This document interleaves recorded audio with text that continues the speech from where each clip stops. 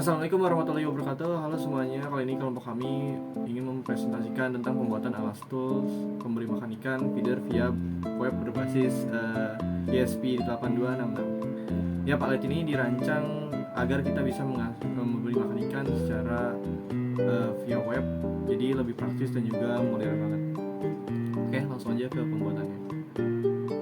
Oke, sebelum masuk ke penjelasannya, kenalin dulu sama anggota-anggota yang ikut andil dalam pembuatan alat ini, yaitu ada saya sendiri Aditya Putra Hartanto sebagai ketua kelompok, lalu ada Abdurrahman Mujadid, lalu ada Muhammad Ridho Al-Ghifari, lalu ada Muhammad Hazik Firdaus, dan juga Rindra Saitama Putra. Kami semua ini berkolaborasi untuk membuat alat ini menjadi fungsional. Oke, di sini izinkan saya menjelaskan latar belakang dari pembuatan alat tools pemberian pakan ikan feeder via web berbasis ESP8266. Jadi secara sederhana seperti yang bisa dilihat, itu alasan latar belakang umum kenapa alat ini diciptakan.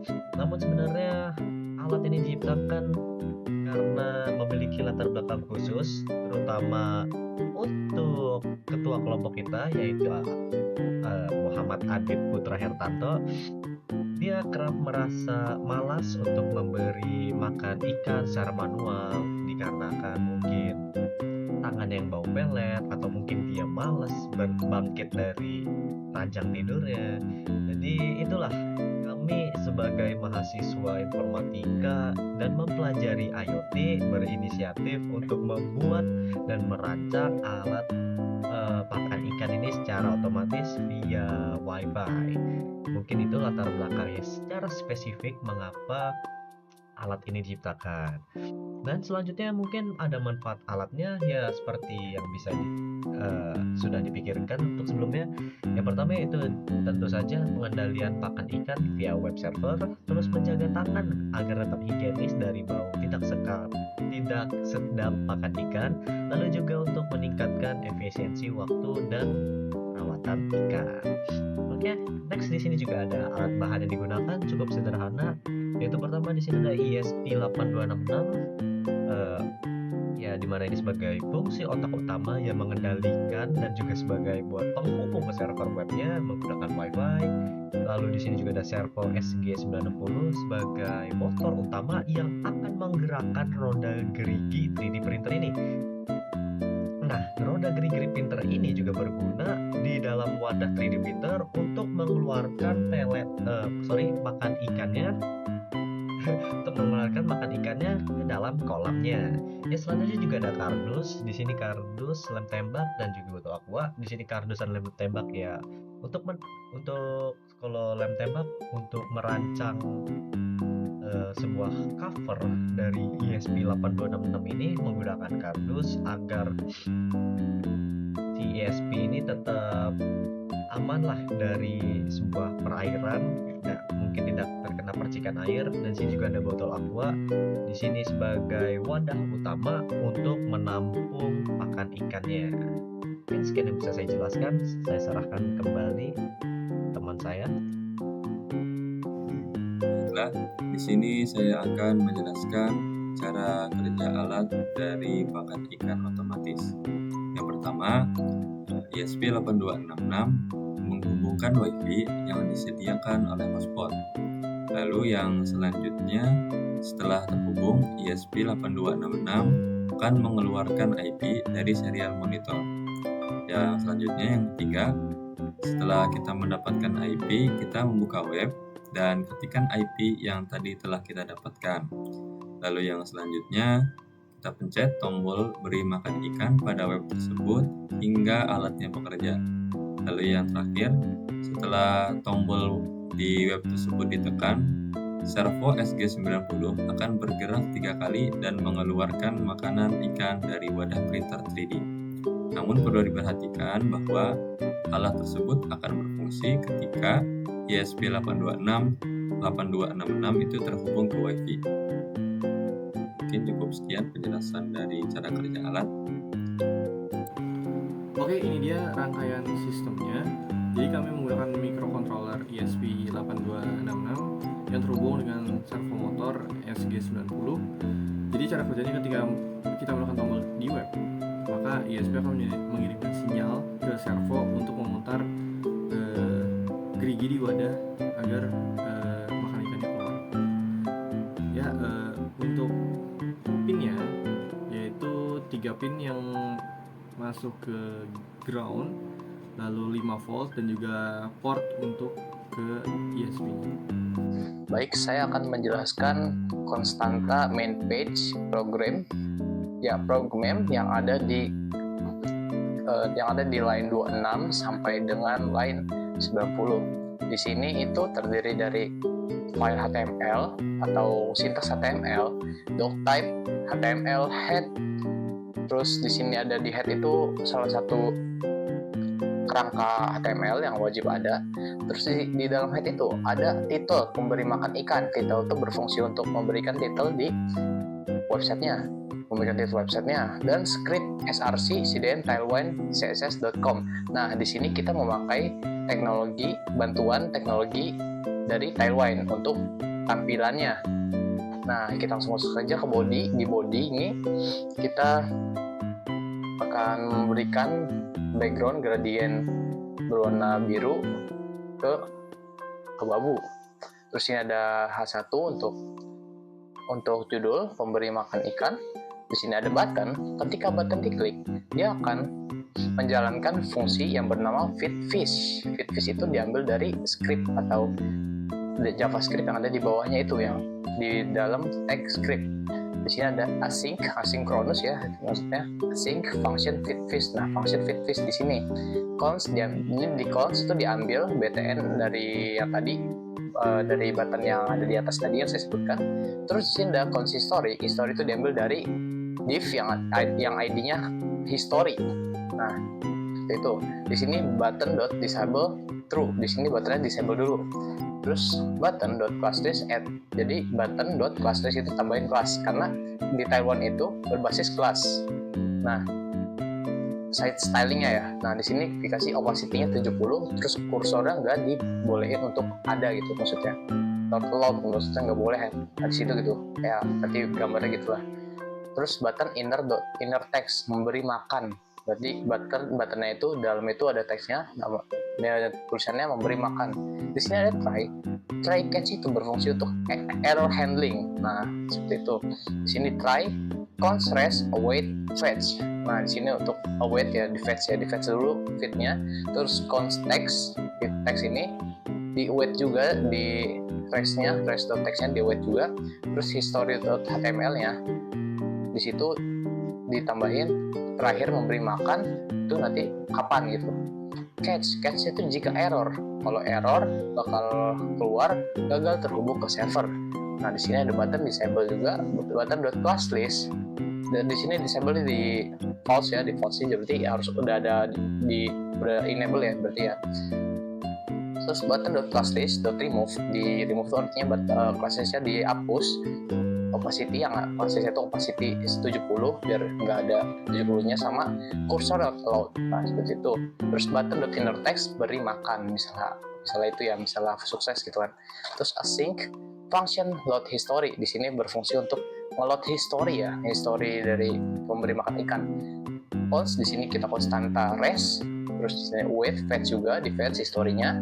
Terus di sini ada konstanta text, di sini juga ada wait juga ya, di fetch juga ya, resnya text-nya juga. Di sini diambil dulu feed history dari get element by id, berarti div yang nama ada kelas, ada id-nya itu namanya feed history.innerhtml, ditambahin innerhtml memberi makan ikan. Terakhir memberi makan ikan text itu artinya nanti terakhir memberi makan ikan kapan gitu nanti keluarnya. Terus di sini dipanggil load history-nya, dipanggil fungsinya seperti itu.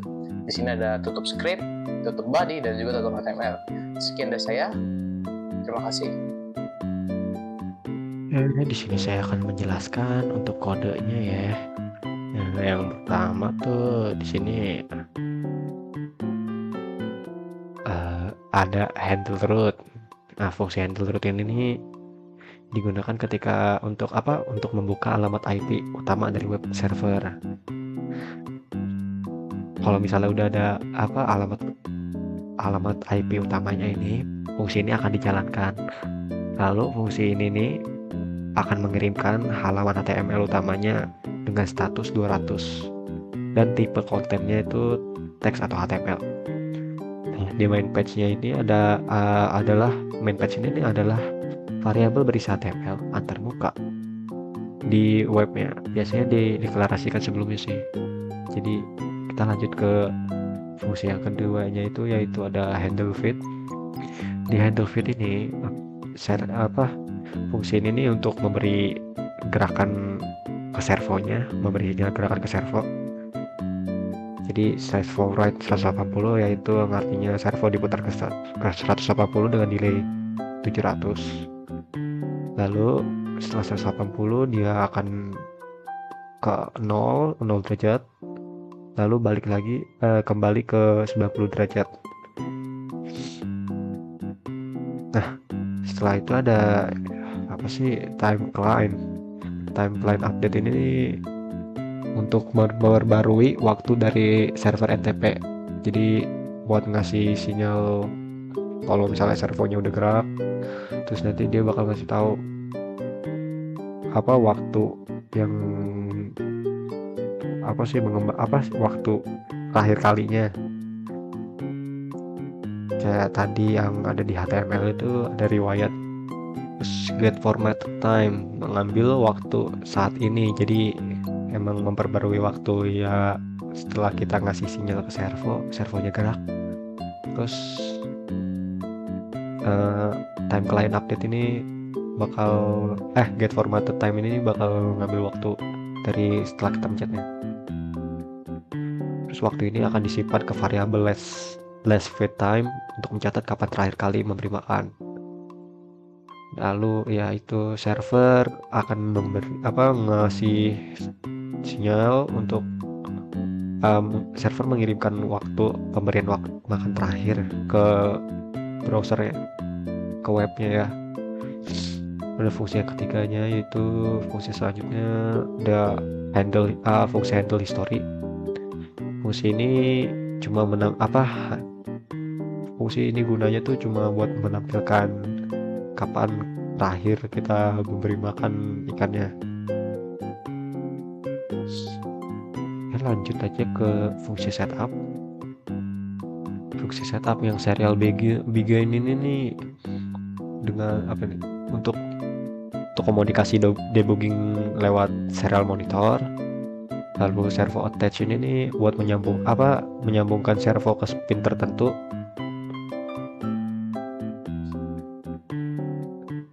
Servo pin. Lalu servo diatur ke posisi netral yaitu 90 derajat.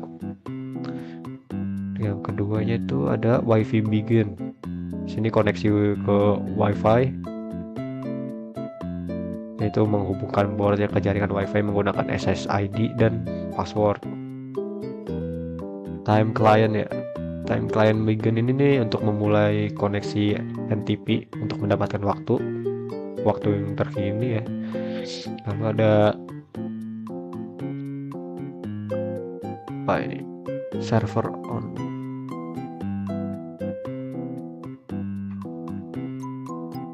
Ini server on yang slash handle root ini untuk menampilkan halaman utama. Lalu handle feed yang tadi untuk menjalankan servo. Handle history itu menampilkan waktu terakhir. Lalu udah deh server begin menyalakan web servernya. Dan terakhir ya ada fungsi loop. Sini fungsi loop ini nih untuk menangani server handle kliennya itu di fungsi loop ini nih ada server handle klien yang menangani permintaan HTTP dari penggunaan.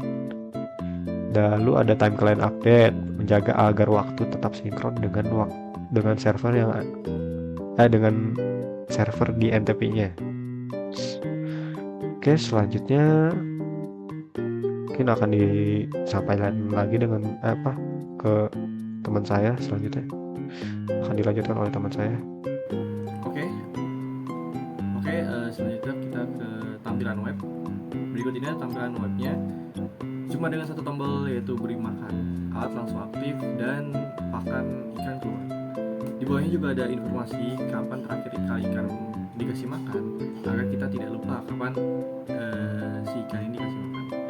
Web ini juga sudah dibuat responsif dan tampilannya bersih agar memudahkan untuk penggunanya memahami apa yang ada di webnya itu.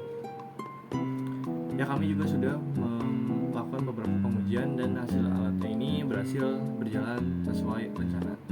Waktu responnya cepat, server fungsi dengan baik, dan koneksi via web juga stabil. Nyari apa ya? Jam segini lagi. Oh iya, gue harus masih makan ikan ya.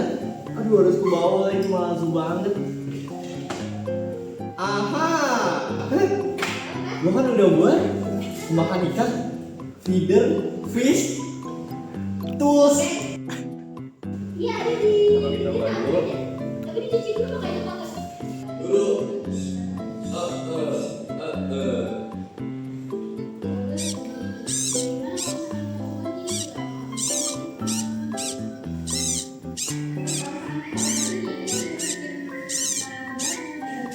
Oke, saatnya kembali tidur karena ikan sudah kenyang, mandi pun tenang. Oke, sekian presentasi dari kelompok kami. Semoga proyek ini bisa jadi inspirasi buat teman-teman semua yang membuat alat IoT sederhana tapi bermanfaat. Terima kasih sudah menonton dan sampai jumpa di proyek selanjutnya. Wassalamualaikum warahmatullahi wabarakatuh.